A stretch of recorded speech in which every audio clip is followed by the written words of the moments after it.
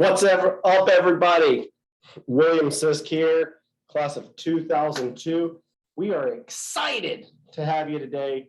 We have a special guest for our first ever video podcast, whatever you want to call these things, of the MBA class of 2002. Where are they now? How does my hair look, everybody? Good. I'm not used to being on screen since my old Price is Right and Jimmy Kimmel days.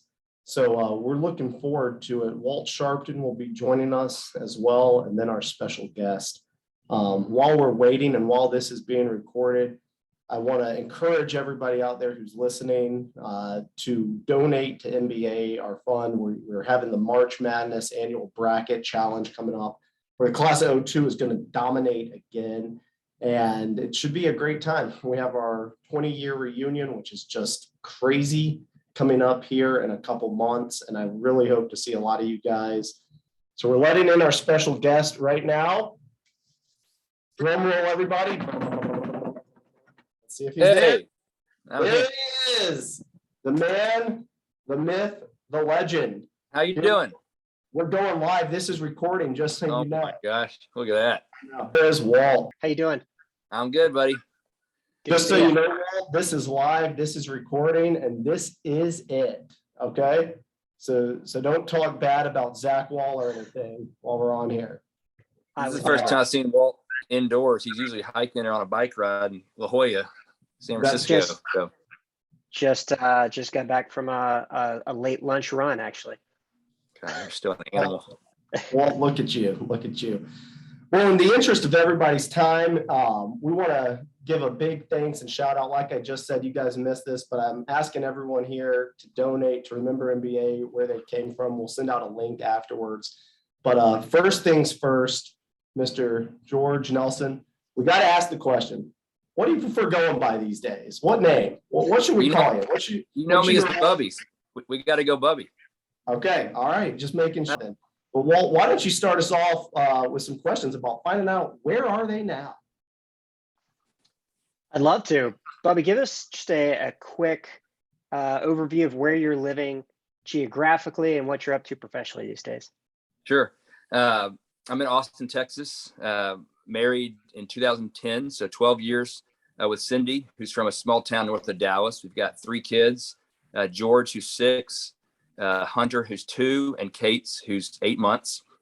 And so thank you. Aside from changing diapers for the youngest 2, I help run Endeavor Real Estate Group's multifamily group. So multifamily development and acquisitions nationally, and been thankful to have quite a few projects in Nashville. But, part of this is to reflect about what's gone on the last 20 years.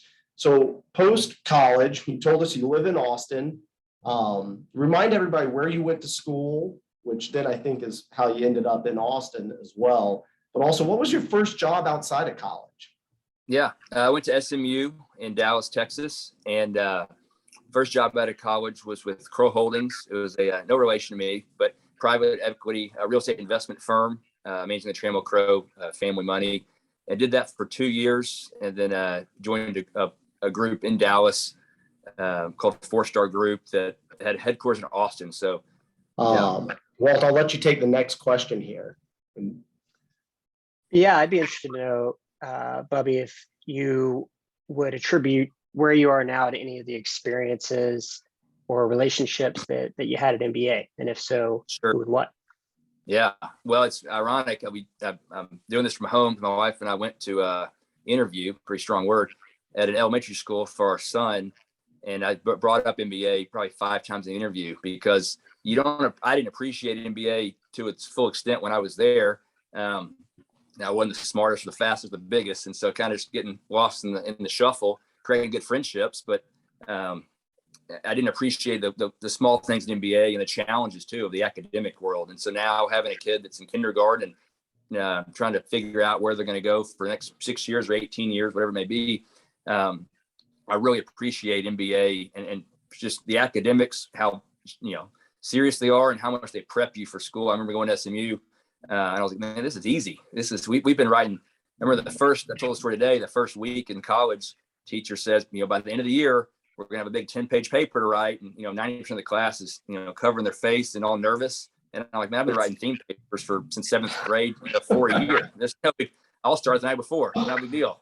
And so I think the academics are an obvious thing. It's, MBA hopefully challenge everybody to know not what the answer is, but know how to learn. And so in life, that's really what it's about. It's just knowing, it doesn't matter if you know the answer or not, but how do we get there and how do we figure things out together?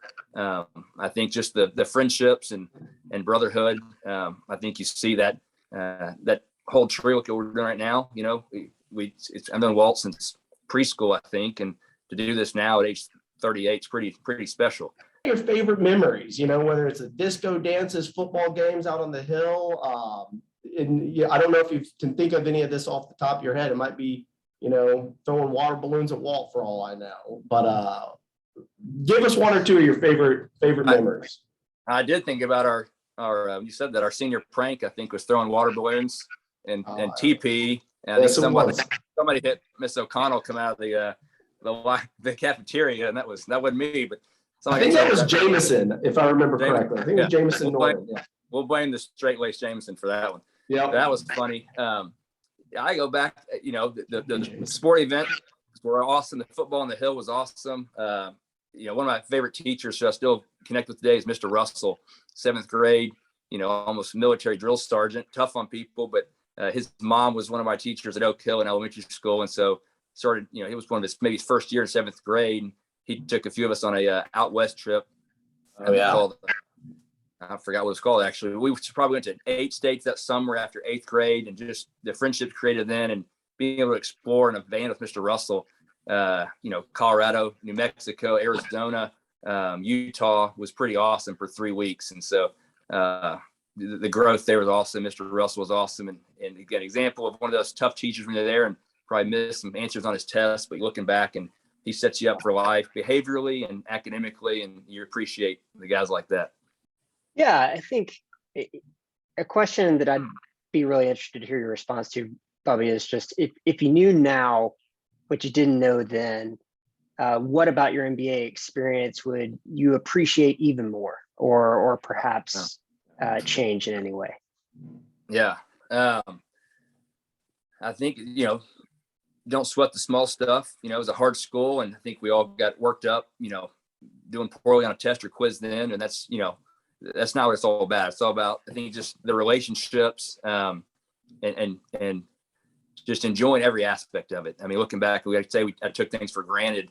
You get in this routine of being on campus for 10 hours a day with an athletic or extra activity after school, and like it was forced on you, or homework was forced on you. But at the end of the day, it's all about growing us and making us just better men. And so I love it. We don't have the school here like MBA. I wish we did. No doubt. It's been a wild ride thinking about all of this. And, I do want to thank you, Bubby, for joining us here and sharing some of your memories and your thoughts. This is one of these things, obviously, this is new for us as we're trying to reconnect with old classmates, and in this virtual world that we're living in, we're kind of used to this. But as I was saying before you guys got on, we do have our 20-year reunion coming up in April that we really hope not only yourself and Austin, Walt, you from the West Coast can make it back, but obviously both locally and everybody else that's spread out. This is great, but there's nothing like the real thing, if you know what I mean. That's right.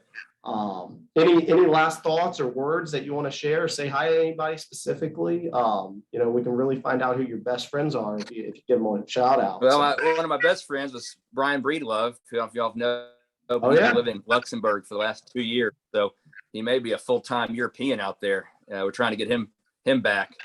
Wow. But no, I look forward to seeing everybody. The last reunion was awesome. We postponed last year, because of COVID. So being on campus, seeing everything, and wearing James Pace, I got a little news for you. Roll Tide, buddy. Oh, man. Well, at any rate, we do appreciate it. And thanks so much for your commitment to giving 10% of your annual earnings to MBA this year. So we are just thrilled about that gift. And I know you're welcome. Everybody on the Hill is going to follow your lead in that. Walt, anything else you got? No, Bubby, thanks for your time. Call to action. We would love to do these with more of the class in the lead up to the reunion. So please shoot William or me a note this is obviously just a casual conversation among friends, looking back, hearing what you're up to these days. Please reach out to us. We'll continue to do these as long as there's interest. So let us know. Roll red.